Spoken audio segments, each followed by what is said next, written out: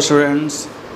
तो हम अपनी नेक्स्ट वीडियो के साथ आपके साथ आ गए हैं फिर से, और इस बार हम एक नया टॉपिक करने वाले हैं जो डाइलेक्ट्रिक कांस्टेंट। जब हम एक प्लेट स्लैब इंसर्ट कर रहे थे प्लेट्स के बीच में, तो उसी का एक नया टॉपिक है। इसमें डाइलेक्ट्रिक स्लैब जो है वो के कांस्टेंट की नहीं है, वो वेरी कर रही है। मतलब कुछ डिस्टेंस पे उसका डाइलेक्ट्रिक कांस्टेंट कुछ हो रहा है, अगले डिस्टेंस पे कुछ और है, तो वो वेरी कर रहा है। किस तरह से वेरी कर रहा है? ये इस तरह से, इस फॉर्मूले से। तो जो हमारा डाइलेक्ट्रिक कांस्टेंट है वो x के साथ वेरी कर रहा है। यहाँ a और b दो कांस्टेंट्स हैं, ठीक है। स्टार्टिंग में जहाँ 0 होगा x, वहाँ पे हमारे पास k की वैल्यू b होगी, लेकिन जैसे जैसे x बढ़ेगा हमारा k भी बढ़ता रहेगा। तो यहाँ k हमारा इंक्रीजिंग है, ठीक है। तो यहाँ मैंने एक डायग्राम कंसिडर किया है यहाँ पे, ठीक है। तो जो हमने डाइलेक्ट्रिक कांस्टेंट जो वेरी कर रहा है हमारा, वो अलोंग द प्लेट्स वेरी कर रहा है, यानी कि प्लेट्स के साथ साथ इस तरह से वेरी कर रहा है, बढ़ रहा है। तो इस तरफ बढ़ रहा है, ठीक है। तो मैंने एक एलिमेंटल पार्ट कंसिडर कर लिया है, छोटा सा पार्ट। तो इसका मैं कैपेसिटेंस निकालूंगा पहले, ठीक है, और उसको हम इंटीग्रेट करेंगे। कहाँ से कहाँ तक? इसकी फुल लेंथ, पूरी प्लेट की लेंथ जो है L है, तो मैं 0 से लेके L तक इसको इंटीग्रेट करूँगा। तो अब इस छोटे से हिस्से का मैंने कैपेसिटेंस लिखा है। छोटे से हिस्से का कैपेसिटेंस कितना आएगा? फॉर्मूला क्या होता है कैपेसिटेंस का?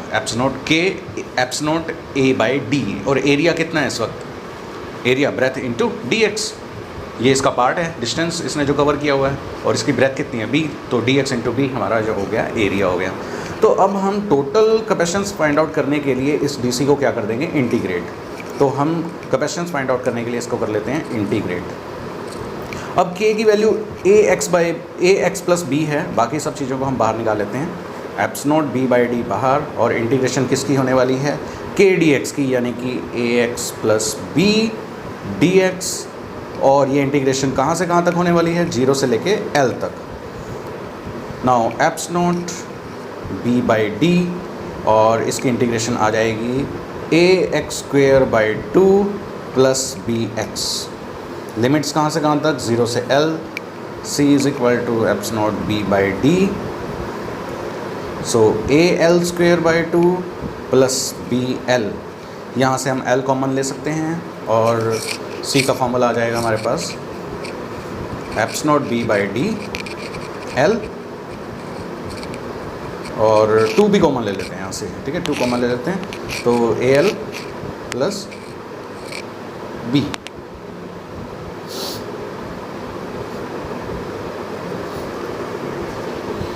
सो ये हमारा आ गया है फॉर्मूला, पहला प्लेट कैपेसिटर जिसमें डाइलेक्ट्रिक कांस्टेंट जो हमारा वो वेरी कर रहा था, ओके।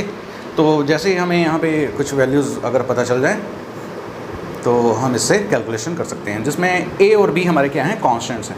ये ए और बी कांस्टेंट्स हैं, और ये एल हमारी पूरी इसकी लेंथ होगी कैपेसिटर्स की, ठीक है।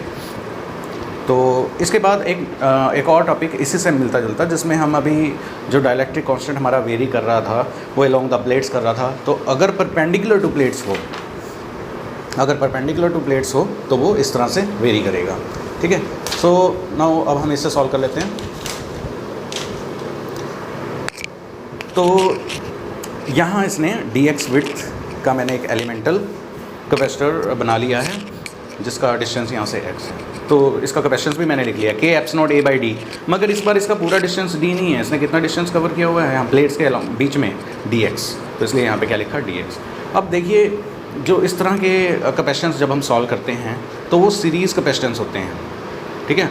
ये ऑलरेडी हम डिस्कस कर चुके हैं पिछले टॉपिक्स में, कि अगर इस प्लेट्स के परपेंडिकुलर वेरी कर रहा हो डाइलेक्ट्रिक्स, या अलग अलग स्लैब्स आ जाएँ, तो वो हम सीरीज़ में लेकर चलते हैं। और सीरीज़ का फॉर्मूला क्या होता है? 1/c। तो हमने जो DC लिया था उसको हमने इन्वर्स करके इंटीग्रेशन करनी है, और इंटीग्रेशन कहाँ से कहाँ तक करनी है? 0 से लेके D तक। तो 1/c कैलकुलेट कर लेते हैं। 1/c is equal to eps naught a d x और ए एक्स प्लस बी। इसकी जो इंटीग्रेशन होगी वो होगी 1/a लॉग ए एक्स प्लस बी, और इसमें हम लिमिट लगाएंगे 0 से लेके D तक। तो 1/c की वैल्यू 1/एप्स नॉट ए। ये नॉर्मल लॉग है, तो आप इसको लॉन भी लिख सकते हैं। आप लॉन लिखना चाहें तो AD plus B minus ln B, जब हम लोअर लिमिट पुट करेंगे तो ये 0 हो जाएगा, सिर्फ बी बचेगा। सो 1/c की वैल्यू हमारे पास बन रही है 1/ε0 a ln AD plus b/b। But हमें तो c की वैल्यू चाहिए ना, तो इसको हम क्या कर देंगे, इन्वर्स कर देते हैं इसका। सो ε0 a upon ln AD plus b divide by d। तो अब अगर हमें कॉन्स्टेंट्स पता हो कि हमारा डाइलेक्ट्रिक कॉन्स्टेंट किस तरह से वेरी कर रहा है, उसका a कितना है, उसका b कितना है, और d हमारा प्लेट्स के बीच का डिस्टेंस होगा, ठीक है, तो हम ये वैल्यूज़ पुट करके उसका कैपेसिटेंस फाइंड आउट कर सकते हैं। तो जेई में ये क्वेश्चन बहुत पूछे जाते हैं जिसमें हमें ये जो डाइलेक्ट्रिक कांस्टेंट वेरी कर रहा है, जैसे ए एक्स प्लस बी, इसकी जगह वो हमें कोई और इक्वेशन देगा एग्जामिनर, और हमें उसके हिसाब से उसकी कैपेसिटेंस निकाल के दिखानी होगी। तो these are very important concepts, ठीक है। तो आप प्लीज़ इनको आप एक बार ज़रूर करके देखिए और इनके ऊपर बेस्ड कुछ न्यूमेरिकल्स भी करके देखना। Thanks for watching.